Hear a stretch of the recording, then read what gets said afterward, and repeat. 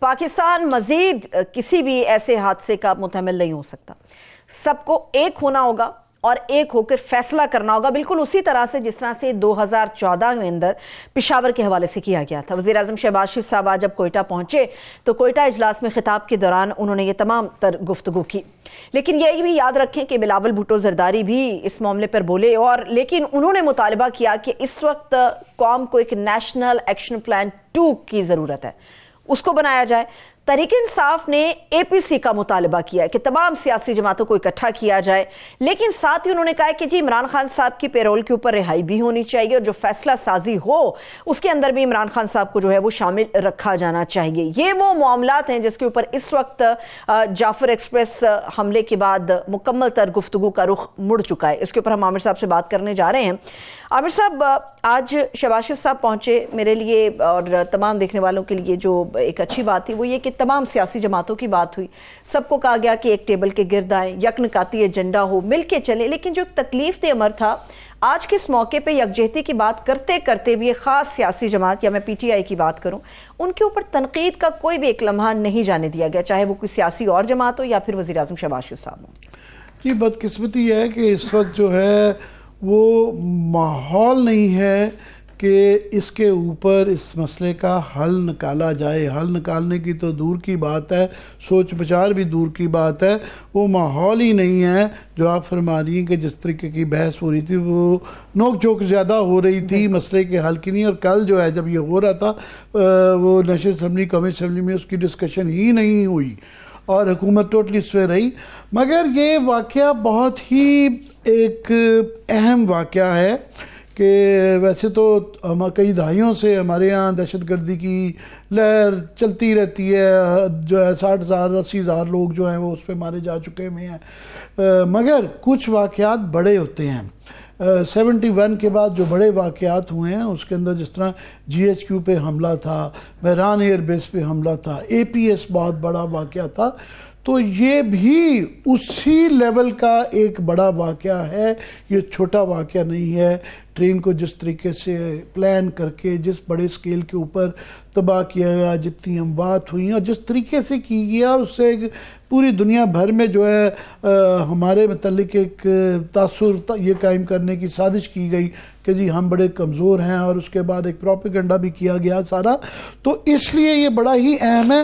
ہمیں صرف امید یہ ہے کہ جس طرح یہ کلیم کیا جا رہا ہے کہ یہ معاملہ ختم ہو گیا، یہ ختم کیا گیا ہوگا. اب آفٹر میتھ اس کا کیا ہے، اس کے متعلق سوچ بچار کیا ہے.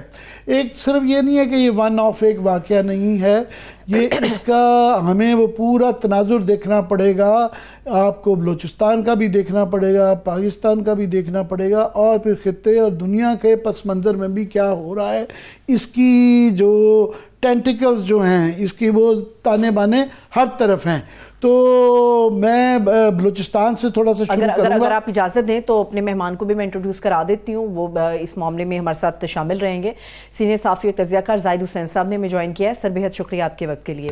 جی عامر صاحب. جی زاہد حسین جو ہیں یہ کیونکہ نہ صرف کہ صحافی تو ہیں ہی ہیں، یہ کتابوں کے آتھر بھی ہیں، اور سیکیورٹی کا ان کا جو ہے وہ اسپیشلائزیشن ہے، اور اس لیے زیادہ بڑے کینوس پہ بات کریں گے.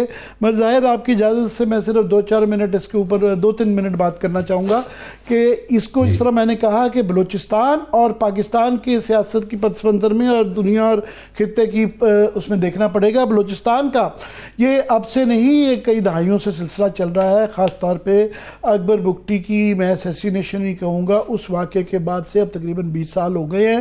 تو یہ وہاں پہ ایک ڈس امپاورمنٹ ہے. وہاں پہ آپ نے یہ وہاں پہ ہمیشہ سے 3 قسم کی بلوچستان میں سیاسی پارٹیاں ہیں.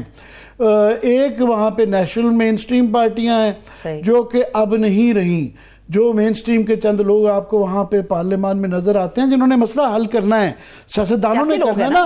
ہم اس کی ایڈمنسٹریٹو سلوشن کی بات کر رہے ہیں، ہمیں پولیٹیکل سلوشن جب تک نہیں کیا جائے گا اس وقت اس کا مسئلے کا حل نہیں ہوگا. اور جنہوں نے کرنا ہے پولیٹیکل مسئلہ، میں وہ پہلے بلوچستان کی تھوڑی سی صورتحال بتانا چاہوں گا، پھر اسلام آباد کی، پھر زاہد سے بھی پوچھیں گے.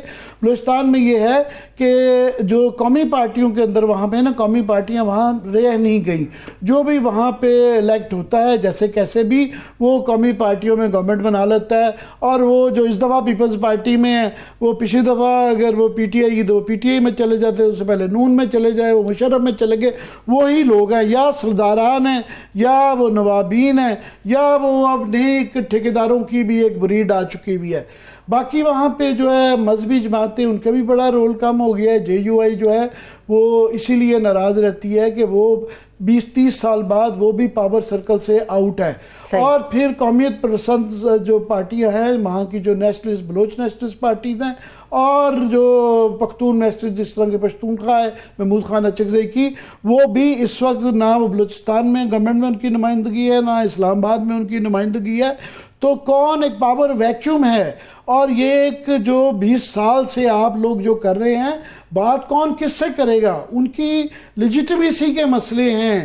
عام جب ایسے مسئلے آتے ہیں تو آپ جو شدت پسند لوگ ہمیشہ ہوتے ہیں یا ہمیشہ رہے ہیں، مگر آپ کو اکثریت کو ساتھ لے کے چلنا ہوتا ہے۔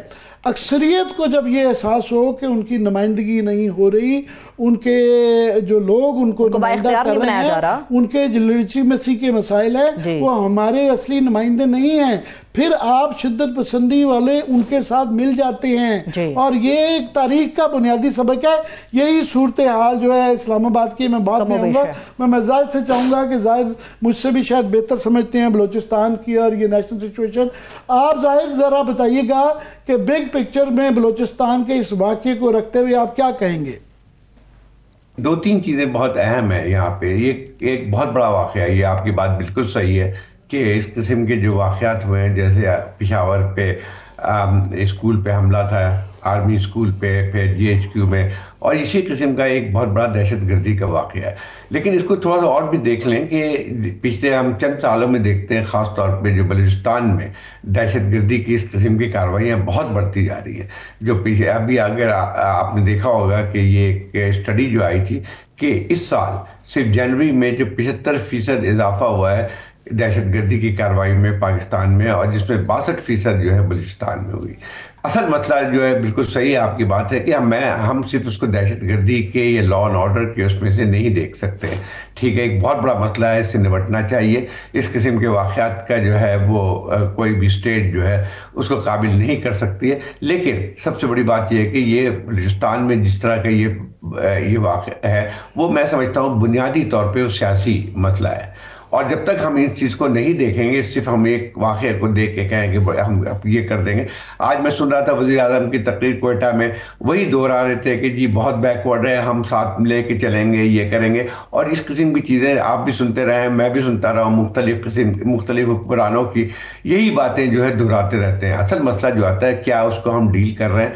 یہ بات بالکل صحیح ہے کہ مجھے اب یاد آ رہا ہے کہ میں ٹھیک 20 سال پہلے میں وہاں ڈیرہ بگٹی گیا ہوا تھا۔ اس زمانے میں چیزیں جو ہے بڑھتی جا رہی تھی، ایک لحاظ سے کشیدگی کی فضا تھی، اور میں نے آ کے اس میں بہت کچھ لکھا بھی تھا۔ اس وقت میں اس کو دوبارہ پڑھ رہا تھا، میری نیوز ویک میں اور نیوز لائن میں جو آئی تھی، اس میں دیکھ رہا تھا کہ حالات اس وقت سے اتنے خراب چلے آ رہے تھے جو کہ اب ہم نظر آتی اور زیادہ خراب ہوتے جا رہے ہیں۔